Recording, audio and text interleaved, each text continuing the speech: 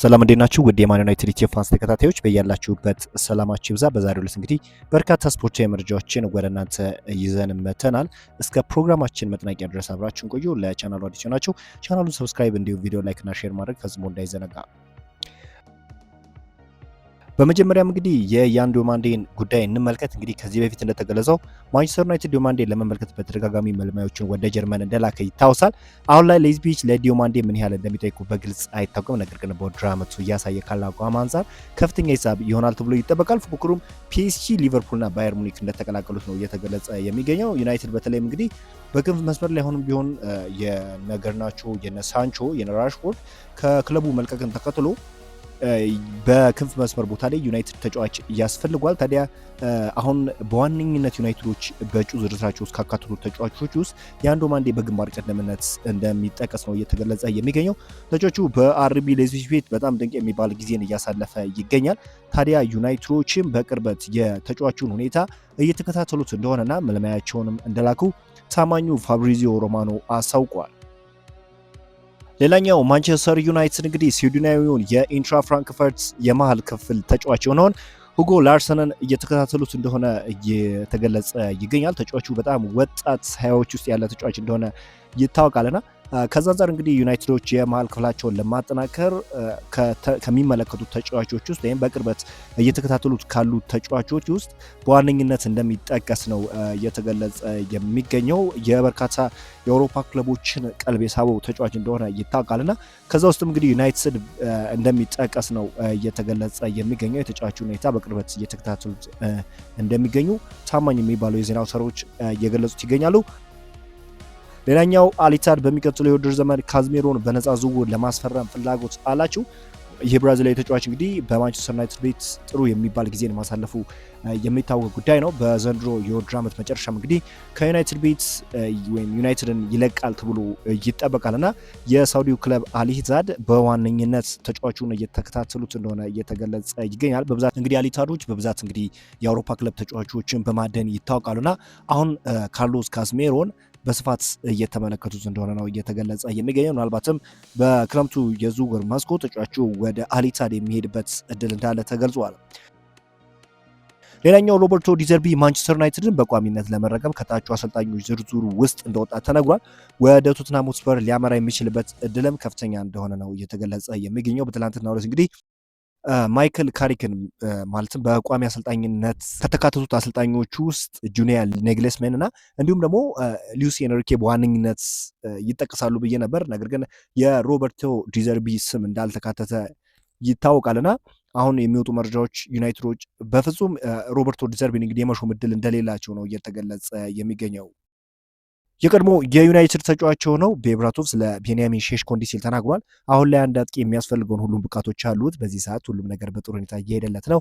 በዚህ መልኩ እንደሚቀጥል ተስፋ አድርጋለሁ። አሁን ላይ ነገሮች እየተስተካከሉለትና ቀስ በቀስ እየተሳኩለት ያሉ ይመስለኛል። እኔ ግን እንዲህ ቢሆን እመርጣለሁ። ቀስ በቀስ በራስ መተማመኑ እንዲያገኝና ጎሎችን ይበልጥ እንዲያስቆጥር እፈልጋለሁ።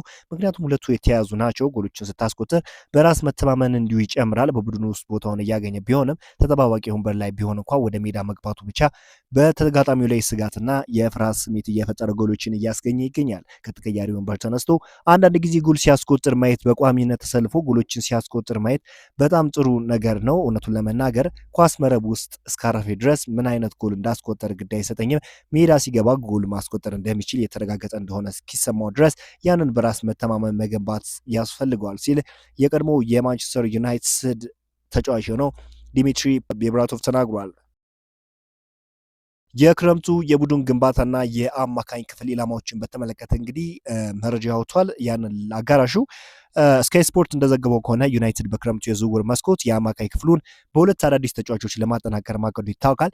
አንደርሰን የማንቸስተር ዩናይትድ የክረምቱ የመልሶ ግንባታ ቀዳሚው ኢላማ ሲሆን ተጫዋቹ ስለ ቀጣዩ ክለብ ለመወሰን እስከ ዓለም ዋንጫ መጨረሻ ድረስ እንደሚቆይ ይጠበቃል። አዳም ዋትሰን እና ጂኦ ጎሜዝ ዩናይትድ የሚከታተላቸው ሌሎች አማካኞች ሲሆኑ አዳም ዋትሰን ከክሪስታል ፓላስ የመውጣት እድሉ ሰፊ ሲሆን ጂኦ ጎሜዝ በበኩሉ ሌሎች ቀዳሚ ኢላማዎች ካልተሳኩ እንደ አማራጭና በተመጣጣኝ ዋጋ ሊገኝ የሚችል ተጫዋች ተደርጎ ተወስዷል። ኒውካስትል የሳንድሮ ቶናሊና የብሩኖ ጉማርሽን በተመሳሳይ የዝውውር መስኮት የመሸጥ ፍላጎት የላቸው።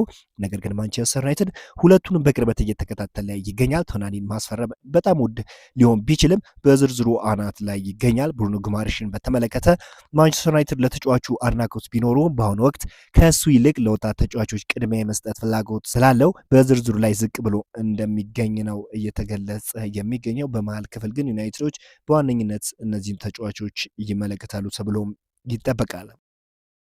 ሌላኛው እንግዲህ በተመላላሽ ቦታ ላይ በተለይም እነ ዲያጎ ዳሎ እያሳዩት ያለው እንቅስቃሴ በቂ አይደለም። እነ ሉክሾም እንግዲህ ከእድሜያቸው ጋር በተያያዘና ተደጋጋሚ ጉዳቶችን በማስተናገድ በቂ የሚባል ግልጋሎትን እየሰጡ እንዳልሆነ ይታወቃልና ማንቸስተር ዩናይትድ አዲስ የግራ መስመር ተከላካይ ለማስፈረም ፍላጎት እንዳለው ተነግሯል። ዩናይትድ የኢንትራ ፍራንክፈርቱን ናትናኤል ብራውንን ለማስፈረም ፍላጎት አሳይቷል። በተጨማሪም የኒውካስትሉን ሊዩስ ሆል በዩናይትድ ሌላኛው ክትትል የሚደረግበት ተጫዋች ነው። በዘንድሮ የፕሪሚየር ሊግ ውድድር ላይ እንግዲህ አይታችሁ ከሆነ ሊዩስ ሆል በጣም የሚገርም ተጫዋች ነው። እንዲሁም አንደርሬትድ ከምላቸው ተጫዋቾች ውስጥ በዋነኝነት የሚጠቀስ ተጫዋቹ በጣም ከፍተኛ የሆነ በራስ መተማመን አለው። ብዙ ድሪብሎችን ያደርጋል። በመከላከሉ በጣም ጥሩ የሚባል ነው። ብዙ ጨዋታዎች ላይ ለማስተዋል ችዬ ነበረ እና እውነት ቼልሲዎች ይህንን ተጫዋች አጥተውታል። በጣም ድንቅ የሚባል ተጫዋች ነው። እንግዲህ ከቼልሲ ወደ ኒውካስትል እንደተቀላቀለ ይታወቃልና በኒውካስትል ቤት እያሳየ ያለው እንቅስቃሴ የእውነት ቼልሲዎች በጣም የሚቆጩበት ተጫዋች እንደሆነ በሚገባ አሳይቷልና ዩናይትዶችም እንግዲህ በዝውውር ራዳራቸው ውስጥ ሊዩስ ሆል እና ናትናኤል ብራውንን እንዳካተቱ ነው እየተገለጸ የሚገኙ። ዩናይትዶች እውነት የሊዩስ ሆል ሁኔታ በቅርበት ቢከታተሉት ባይነኝ። ምክንያቱም እያሳየ ያለው እንቅስቃሴ በቃ በዩናይትድ ቤት ቢመጣ ሞር ጠቃሚ ይሆናል ብዬ ነው የምጠብቀው። ምክንያቱም በማጥቃቱ ረገድም በጣም ድንቅ የሚባል ተጫዋች ነው። ወደፊት እየሄደ የአጥቂ መስመሩን የሚያግዝበት መንገድ የሚገርም ነው። በመከላከሉ ረገድም በጣም ድንቅ የሚባል ተጫዋች ነው። በራስ መተማመኑ የላቀ ከመሆኑ አንፃር ለዩናይትድ ከፍተኛ አገልጋሎት ይሰጣል የሚል እምነት አለኝ። ዩናይትዶችም የዚህን ተጫዋች ሁኔታ እየተከታተሉ እንደሚገኝ ነው እየተገለጸ የሚገኘው። ሁስኮርድ የመጋቢት ወር ምርጥ 11 ይፋ ሲያደርግ ከማንቸስተር ዩናይትድ ብሩኖ ፈርናንዴስ ተካቷል። ይህ ምንም የሚያስገርም አይደለም፣ ምክንያቱም ተጫዋቹ በየጨዋታዎች ላይ ድንቅ እንቅስቃሴን ያስመለክታል። ሬቲንጎቹም በጣም ድንቅ የሚባሉ ናቸውና ከዛ አንጻር የመጋቢት ወር ምርጥ 11ን ይፋ ሲያደርግ እንግዲህ ሁስኮርድ ብሩኖ ፈርናንዴዝ በዋነኝነት ተካቷል። በዚህ ሁኔታ ላይ ብቻ ሳይሆን በተደጋጋሚ ተጫዋቹ እንግዲህ እንደዚህ አይነት ነገር ለተጫዋቹ አዲስ እንዳልሆነ ነው በሚገባ ሲያሳየን የነበረው። ማንቸስተር ዩናይትድ በቋሚነት ለሚሾሙ ዋና አሰልጣኝ ቦታ እስካሁን ከየትኛውም እጩ አሰልጣኝ ጋር ግንኙነት እንዳላደረገ ስካይ ስፖርት ዘግቧል። ስካይ ስፖርት እንግዲህ እንደሚታወቀው አንዳንድ ጊዜ ታማኝ የሆኑ ዜናዎችን የሚያቀርብበት ሁኔታ አለ። አንዳንድ ጊዜ ደግሞ ፈጽሞ ከሱ የማይጠበቁ መረጃዎችን የሚያቀርብበት ሁኔታ አለ። ያው ፋብሪዚዮ ሮማኖ ነው ሞር ታማኝ በአሁን ታይም እንግዲህ ከሌሎቹ የዜና አውታሮች የተሻለው ፋብሪዚዮ ሮማኖ እና ዛ አትሌቲክስ እንደሆነ ይታወቃልና እስካሁን ድረስ ምንም የታወቀ ነገር የለም። ነገር ግን ስካይ ስፖርት እንዳወጣው ከሆነ እስካሁን ድረስ ከየትኛውም አሰልጣኝ ጋር ዩናይትዶች ግንኙነት እንዳላረጉ ነው። በዛ ድረስ እንግዲህ ዩናይትድ የተመለከቱ ስፖርታዊ መረጃዎችን አጠር ባለ ሁኔታ አቅርቤላችኋለሁ። አዳዲስ መረጃ የሚወጣው ከሆነ እንግዲህ በምሽት የዜና መርሃ ግብራችን የምንመለስ ይሆናል። እስካሁን አብራችሁን ስለቆያችሁ ከልብ አመሰግናለሁ።